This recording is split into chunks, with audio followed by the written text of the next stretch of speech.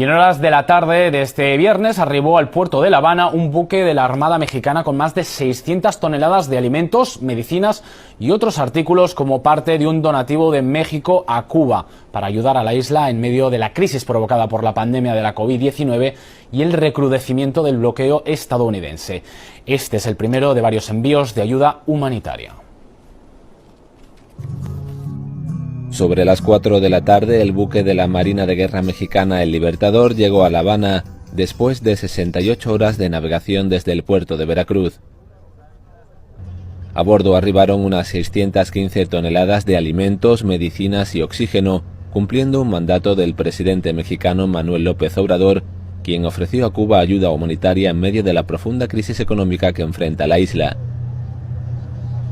En un sencillo acto de recibimiento, el ministro cubano de Comercio Exterior, Rodrigo Malmierca, agradeció el gesto de México y alabó la gran amistad que ha unido a los pueblos y gobiernos de ambos países durante décadas. Por su parte, el embajador mexicano en la isla, Miguel Díaz Reynoso, expresó que esta es una pequeña muestra de la solidaridad entre ambos países y recordó el envío de médicos cubanos a su país en medio de los momentos más difíciles de la pandemia. Hoy se cumple con esta llegada un compromiso: ayudar a Cuba en lo que necesite. ¿Y Acapulco? ¿Dónde está la ayuda para Acapulco, amigos? De nueva cuenta, López Obrador envía ayuda humanitaria. Ya van más de 1.300 toneladas de harina de trigo, leche en polvo, galletas saladas para Cuba. No para Guerrero, no para Acapulco, para Cuba. La ayuda humanitaria de López Obrador, que ha estado confiscando en estos retenes del ejército, que le han quitado las despensas de los ciudadanos. El presidente la está desviando a través de la empresa Viken Logistics. Esto, amigos, es no tener madre. Es tendencia en redes sociales y Acapulco, a raíz de que se confirmara este segundo envío, que van a haber más todavía para Cuba por parte del gobierno. Esto es no tener madres, no tener principios. Primero los pobres. Sí, pero los pobres de Cuba y los damnificados de Acapulco, a la chingada. Esa es la visión de López Obrador. Estamos de acuerdo que los cubanos necesiten ayuda también, pero la emergencia es en Acapulco. López Obrador es presidente de México, no de Cuba. Pero ahí tenemos a este presidentito enviando toda la ayuda decomisada de Guerrero a Cuba. Esto le va a salir muy caro a López Obrador, amigos. Carísimo le va a salir en 2024. ¿Pero qué dice el presidente? Lanzando promesas en la mañanera. Al cabo que el prometer no empobrece. Dice López Obrador que para Navidad todos los acapulqueños, todos los guerrerenses van a estar contentos y felices. Y que es un compromiso que él hace, que empeña su palabra. Siempre se ha estado burlando este gobierno de todas las tragedias que le han ocurrido a los mexicanos. Así de perverso y miserable es López Obrador. ¿Quién le va a creer a estas alturas que para Navidad los guerrerenses van a estar felices? Nadie se lo cree, amigos. Si estás viendo cómo están enviando más de 1.300 toneladas de trigo, leche en polvo, galletas, medicinas a Cuba a través de Viken Logistics, y para Acapulco no hay nada. Que se joda Acapulco, dice López Obrador. Primero mis cubanos comunistas. ¿Y Acapulco? Pues vean, amigos, por la ayuda humanitaria que López está desviando de Guerrero a Cuba, vean cómo ya empezó el caos, la desesperación entre la población. Vean cómo se pelean ya por el agua, lo más elemental, lo básico, lo que debe de abundar, el agua. No hay agua en Acapulco. Y esta ayuda que están recibiendo los damnificados, si tú te fijas, no es la Sedena. La Sedena, el Ejército, la Guardia Nacional no está haciendo nada en Acapulco. Esta ayuda, esta agua que les entregan, es de ciudadanos, como tú, como yo, que van en sus vehículos a ayudar a los damnificados.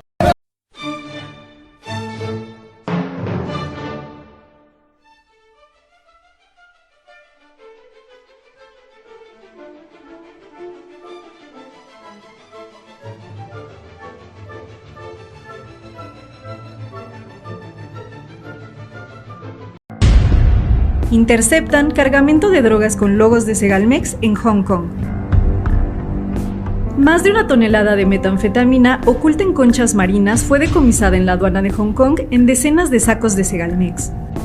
Las autoridades y la prensa de Hong Kong difundieron fotografías y videos en los que se aprecian montones de sacos con el logotipo de Segalmex, que en lugar de frijol y maíz contenían miles de conchas con droga. La droga decomisada está valuada en $81 millones y fue localizada en un barco proveniente de México. El hallazgo de los sacos de Segalmex con droga se realizó el 26 de octubre de 2023, pero apenas el 6 de noviembre fue hecho público por las autoridades de la aduana de Hong Kong. El superintendente de la División de Inspección de Carga ordenó revisar un contenedor que indicaba que la ubicación del remitente era un departamento residencial en México, lo cual era inusual según reportó el periódico South China Morning Post. El contenedor contenía más de 600 sacos llenos de conchas y en 14 se encontró la droga que estaba camuflada como conchas de caracol recubiertas con cera. El gobierno de México está obligado a dar una explicación. ¿Cómo llegaron a traficantes de droga los sacos con el logotipo oficial de Segalmex? Hong Kong incauta más de 1 tonelada de metanfetamina proveniente de México y venía en costales de Segalmex. Tómala, cacas, de esta no te vas a salvar. Y no lo digo porque las autoridades de México vayan a investigar, sino porque Estados Unidos, con esto amigos, más lo que ya venía cargando López en su costalito, dicho sea de paso, es más que suficiente para que Estados Unidos le aviente la aplanadora a López Obrador en las elecciones de 2024. Ya habíamos dicho amigos que Estados Unidos quiere que Xochitl sea presidenta, y con esto y con lo de Acapulco amigos, ya está finiquitado y liquidado el sexenio de López Obrador. Porque hace unos instantes las aduanas de Hong Kong acaban de decomisar el mayor cargamento de metanfetamina en la historia, al encontrar una cantidad oculta en una mercancía de conchas de caracol, procedentes de México y en costales de Segalmex.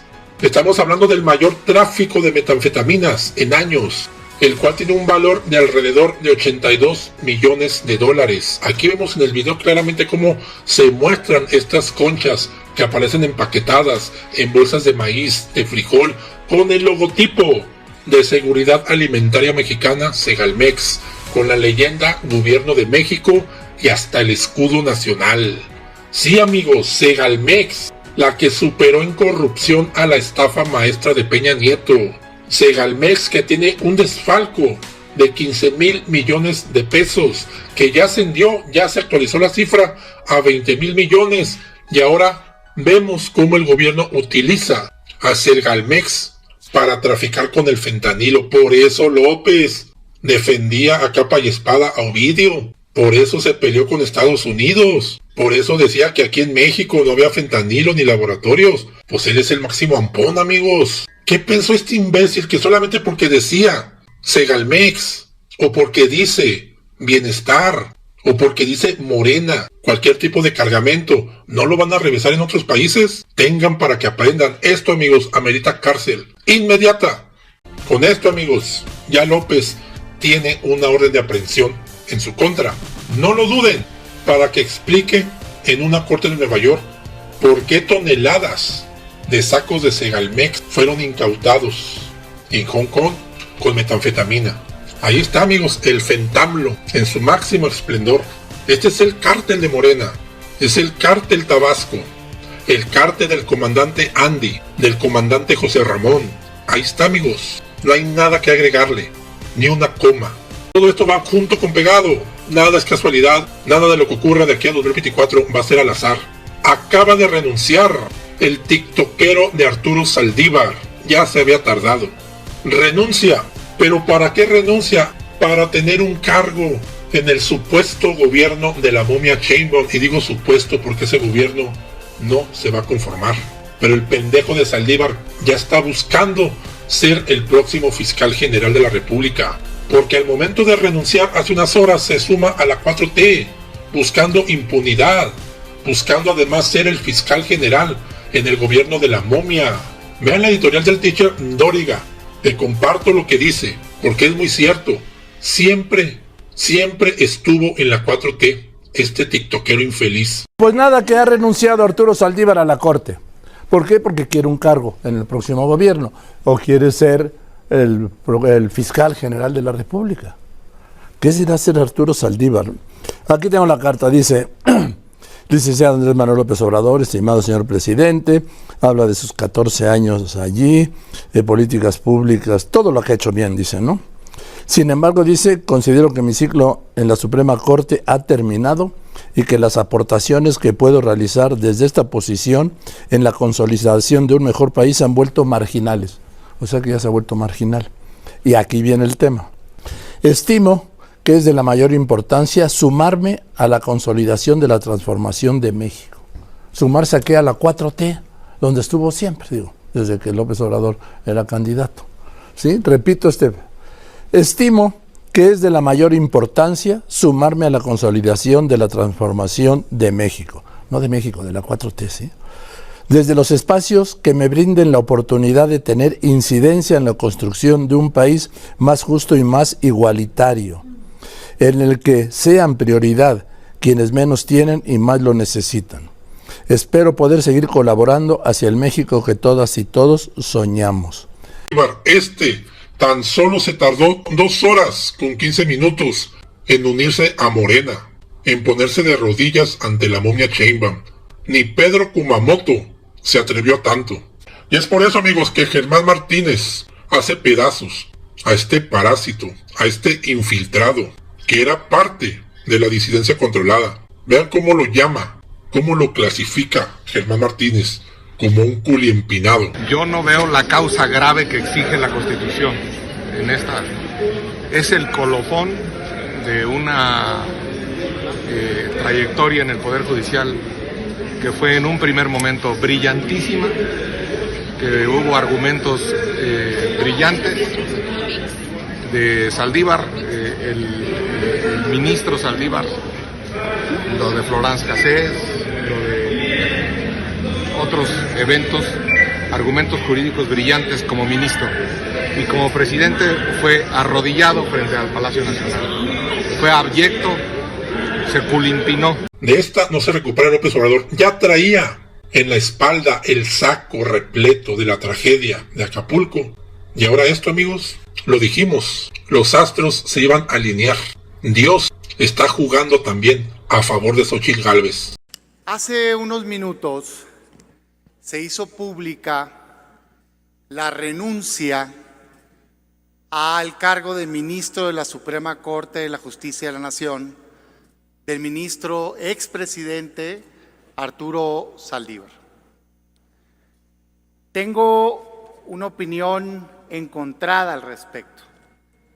Por un lado, lamento profundamente el desprecio que un integrante de la Suprema Corte de Justicia de la Nación le puede tener al cargo de ministro. Miren que valorar que no le encuentra ya utilidad y que cree que es más positivo consolidar la transformación desde otro lugar, me parece verdaderamente lamentable para cualquier persona. Ser ministro o ministra de la Suprema Corte de Justicia de la Nación es un máximo orgullo de vida para un abogado. No existe otro cargo en donde se va a poder desempeñar, porque para empezar, y por si no lo sabe, tiene un impedimento legal de 2 años, en donde no puede ser ni abogado ni patrono de ningún asunto frente al Poder Judicial. Pero no solo eso, sino que también está equiparado que no va a poder ser ni secretario de Estado, ni fiscal, ni diputado, ni senador, ni gobernador, en 2 años. Entonces, ¿cómo a dónde va que represente una mayor oportunidad de servir al país que ser ministro de la Corte? La verdad, qué pena estos antecedentes, como qué pena el anterior también, de dejar una responsabilidad máxima como es ser integrante de la Suprema Corte de Justicia de la Nación. Pero por otro lado le digo muchas gracias, señor ministro, pásele. Cuando menos de mi parte no va a tener ninguna objeción. Gracias por hacerse un lado y dejar de obstruir la justicia constitucional desde su cargo en la Suprema Corte de Justicia de la Nación.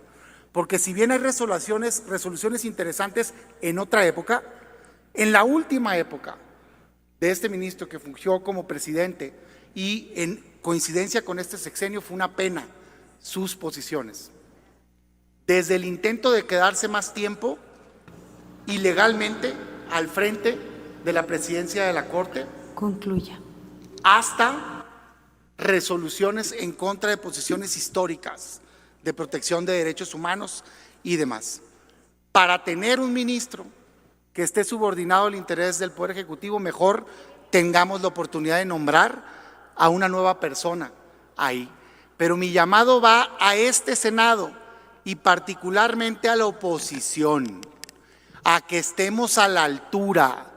Los nombramientos de ministros y ministras de la Corte requieren 2/3 partes de este Senado. Y nunca ha tenido 2/3 partes el presidente López Obrador y Morena, desde 2018 hasta ahorita, y sin embargo ha logrado todos los nombramientos que ha querido. ¿Cómo es posible si no tiene los votos? Porque ha votado parte de la oposición. Y hoy un cortadero de venas, que qué bárbara la ministra Yasmín Esquivel. Qué bárbara, qué bárbaro quien nombró a la ministra sabiendo que había una subordinación. Y eso implica toda la mayoría de Morena más una parte de la oposición. Y sí sabíamos de la cercanía política, yo lo dije en esta tribuna. ¡Qué sorpresa el comportamiento de la ministra, con mucho respeto, Ortiz! Pues yo no sé qué le sorprende, había sido diputada del movimiento un tiempo antes y había trabajado en la presidencia de la República. ¿Cómo qué parte le sorprende de la cercanía? Los cargos de ministro y de ministras de la Corte son para ser independientes, son para ser autónomos. No debe de estar ahí un opositor, no hay que confundir, no son oposición la Corte.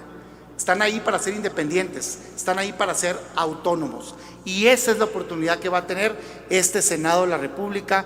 Ojalá estemos a la altura. Por último, no puedo dejar de mencionar que creo que esta es una decisión concertada. Creo que es una jugada política, porque resulta ser que con esta renuncia anticipada le otorga la facultad al presidente de la República de hacer un nombramiento, de proponer a alguien por 15 años. Facultad que no hubiera tenido derecho si este ministro termina su gestión. No le tocaba al presidente de la República actual proponer a este nuevo integrante, hombre o mujer, de la Suprema Corte de Justicia de la Nación. Por todo eso, lamento profundamente la decisión, pero digo, aprovechémoslo como oportunidad y nombremos a un ministro o ministra digno de la Suprema Corte de Justicia de la Nación. El cargo de ministro o ministra, de juez constitucional, es irrenunciable. Solo puede hacerlo por causa grave. Yo pregunto, ¿dónde está la causa grave? ¿La consolidación de la Cuarta Transformación es una causa grave? No lo sé, yo creo que no. Mientras aquí, la ministra en retiro, Olga Sánchez Cordero, ha dado una muestra de dignidad y de aprecio por la República y de aprecio por la Constitución, el ministro Saldívar da una prueba de concluir en la abyección. Corona su carrera, que había empezado perfectamente, con argumentos brillantes, con posicionamientos garantistas, con extraordinarios argumentos, el ministro Saldívar, y que los traicionó siendo presidente del Tribunal Constitucional. La reforma judicial, aquí vinieron a decir parte de ustedes de Morena en esta tribuna que se necesitaba una reforma judicial que combatiera el nepotismo, que combatiera el clientelismo, que hiciera eficiente la carrera judicial. Bueno, pues Saldívar promovió una reforma vana que solo favoreció a su narcisismo. No, ya lo dijo bien el senador Cepeda, su intento de 2 años más, que le constan al senador Bolaños, 2 años más, su intento es de él, el intento es de Saldívar, no del senador Bolaños. Despreciando a la Constitución para mantenerse en el cargo, qué vergüenza, qué vergüenza, qué vergüenza de jurista. Le da vergüenza a la Corte, le da vergüenza al Poder Judicial, a su escuela, a la escuela libre de derecho, la deshonra. Bien, ministra Olga Sánchez Cordero, tiene usted mi aprecio y la verdad, la actitud del ministro Saldívar tiene mi repudio republicano. Los senadores Damián Cepeda y Genmar Martínez revelan la verdad de esta renuncia sorpresiva para todos, que nadie la esperaba, de Arturo Saldívar como ministro de la Suprema Corte de Justicia, que fuera, amigos, también hay que decirlo, postulado por el propio Felipe Calderón en su sexenio para ministro de la Corte. Y vean dónde terminó, amigos, en Morena. buscando ya un cargo en el guajiro gobierno de la momia Sheinbaum. Y ya se soltó todo tipo de especulaciones en todas las mesas de análisis referente al futuro político de Arturo Saldívar, de que le van a dar la Fiscalía General de la República, de que no puede porque va a estar imposibilitado durante los primeros 3 años a partir de su renuncia, que la renuncia, como ya escuchamos, es improcedente, amigos. Los cargos de ministro de la Corte no son renunciables. No hay suplente, se tiene que nombrar mediante otra terna por parte del presidente para que sea aprobado en el Congreso y en el Senado. No es cualquier cargo el ministro de la Corte para que este pelafustán lo tire a la basura para irse a Morena. Un cargo tan alto, amigos. ¿Qué hay detrás de todo esto? Abonando lo que acabamos de escuchar, pues de que en efecto López Obrador, mediante este tipo de renuncias, quiere debilitar a la Corte con el propósito de que los siguientes ministros lleguen al cargo mediante el voto popular. Y había sido una de estas, López se niega a proponer, bajo ese argumento, la terna del que va a ser el próximo ministro suplente de Arturo Saldívar. Va a decir López que no, que él no lo va a imponer, que tiene que ser el pueblo mediante el voto popular. Y en otra de esas, amigos, esta renuncia de Saldívar puede ser también la antesala de la renuncia de Yasmín Esquivel, porque la renuncia de Yasmín Esquivel le caería como anillo al dedo a López Obrador, dejaría aún más una corte más debilitada, y Yasmín Esquivel se saldría con la suya, de darle la vuelta al tema de su plagio. A Yasmín no le importaría porque también le darían un nombramiento, un cargo muy importante con la momia, y la corte quedaría con menos ministros, y López también se negaría a nombrar a la sucesora de Yasmín Esquivel, argumentando que tiene que ser el pueblo sabio quien con su voto popular decida a los nuevos 2 ministros. Y eso también le da a López Obrador la ventaja, porque al final es el quien decide de poner a los ministros por 15 años, para de esta manera irse apoderando poco a poco de la Suprema Corte. Es muy delicado, amigos, no lo vimos venir. Y muchos me dicen, es que es una traición de Arturo Saldívar. No, amigos, aquí siempre lo dijimos, era disidencia controlada. A esto nos referíamos, amigos. Y yo sé que a ustedes no les gustaba que lo señalara. Ahí está. No es ninguna traición. Ellos siempre han estado con Morena. Tú lo ves como una traición porque tú creías en Saldívar, así como crees en otros supuestos líderes de la oposición que realmente no son de oposición. Aquí te lo hemos dicho. Así que déjense de lamentaciones. Arturo Saldívar es un cero a la izquierda. Nunca valió nada. Siempre fue un cobarde. Vean cómo durante la llegada de Norma Piña a la presidencia de la Corte, vean cómo respondía este infeliz tiktokero en una conferencia ante un público. Vean lo cobarde que siempre fue Arturo Saldívar. La primera es, ¿qué opina de la agresión que se hace todas las mañanas desde Palacio Nacional a su sucesora, la ministra presidente Norma Piña? Y la segunda es, ¿cuál es el posicionamiento de la Corte sobre el plagio de la ministra Yasmín Esquivel, tanto en nivel licenciatura como en nivel doctorado, tomando en cuenta que para ser ministro de la Corte se debe ser licenciado en Derecho? Muchas gracias, ministro.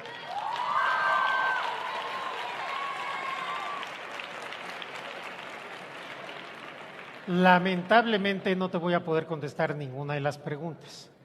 Hay que decirlo también, mexicanos verdaderos, que esta renuncia de Arturo Saldívar es no solamente para debilitar a la Corte, sino también para ya empezar a distraernos de lo que está pasando en Guerrero.